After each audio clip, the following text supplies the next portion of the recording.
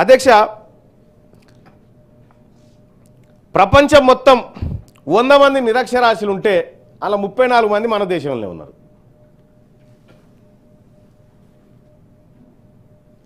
ఈ లెక్కలు చూసినప్పుడు అధ్యక్ష, మన విద్యారంగం అందరికంటే ముందు మేల్కొని అందరికంటే ముందే అంతమైనట్టుగా అనిపిస్తూ ఉంది అధ్యక్ష.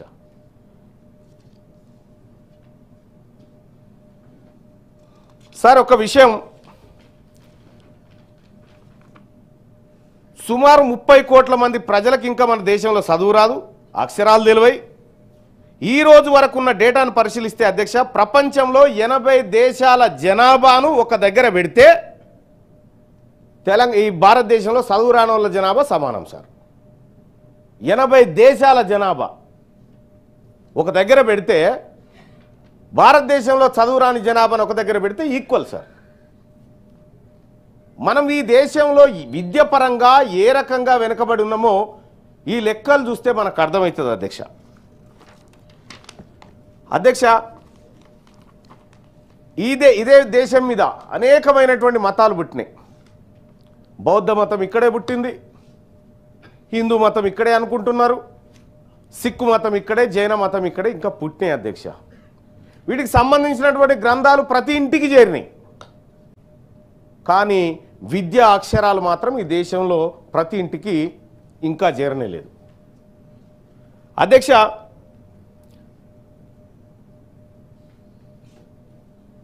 దానికి కారణాలు అనేకం ఉన్నాయి అధ్యక్ష.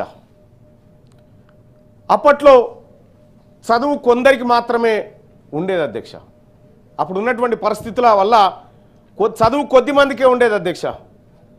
పేదవాళ్ళు లేకపోతే ఈ కుల వృత్తుల వాళ్ళు, నిమ్న వర్గాలు చదువుకోవాలంటే అప్పుడు అవకాశం లేదు అధ్యక్ష. ఆ రోజు ఉన్నటువంటి పరిస్థితుల వల్ల మనం చాలా సినిమాలలో చూసినాం, చదువుకుంటే నాలుకలు కత్తిరిచ్చిరని, చెవులలో సీసం పోసిరని, ఇవన్నీ చూసినాం అధ్యక్ష. చదువు కేవలం పెద్దవాళ్ళకు హక్కుగా ఉండేది అధ్యక్ష. పేదవాడికి చదువుకునే అవకాశం ఇవ్వలేదు. ఈ దేశంలో పేదవాళ్లకు చదువు ఎంత ముఖ్యమో షిరిడి సాయిబాబా కంటే 8 ఏళ్ళు ముంగడ పుట్టినటువంటి జ్యోతిరావు పూలే గారు గుర్తుపట్టిండు. గుర్తుపట్టి ఈ పేద వర్గాలకు విద్య దక్కాలి, విద్య అందాలి అనేటువంటి ఉద్దేశంతో ఆయన పేద వర్గాలకు చదువు చెప్పించే కార్యక్రమాలు చేసిండు అధ్యక్ష. సూదరోళ్ళకు చదువు అప్పటి నుంచి స్టార్ట్ అయింది అధ్యక్ష. అధ్యక్ష, ఓవైపు ఆయన పోరాటం చదివిన డాక్టర్ బిఆర్ అంబేద్కర్ గారు జ్యోతిరావు పూలేను తన గురువుగా ప్రకటించుకొని దేశంలో ఉన్న ప్రతి మనిషికి చదువుకునే హక్కు ఉండాలని భారత రాజ్యాంగంలో విద్యను హక్కుగా పొందుపరచడం జరిగింది అధ్యక్ష. ఆ హక్కు ఆధారంగా ఇవాళ మన దేశంలో అందరికీ సమాన విద్య అనేటువంటి మాట మాట్లాడుకుంటున్నాం అధ్యక్ష. కొన్ని మతాలు, ఆచారాలు పేదవాడికి విద్యను అందకుండా చేస్తే అవే ఆచారాలు రూపం మార్చుకొని ఇవాళ కూడా పేదవాళ్లకు విద్య అందకుండా చేస్తున్నాయి అధ్యక్ష.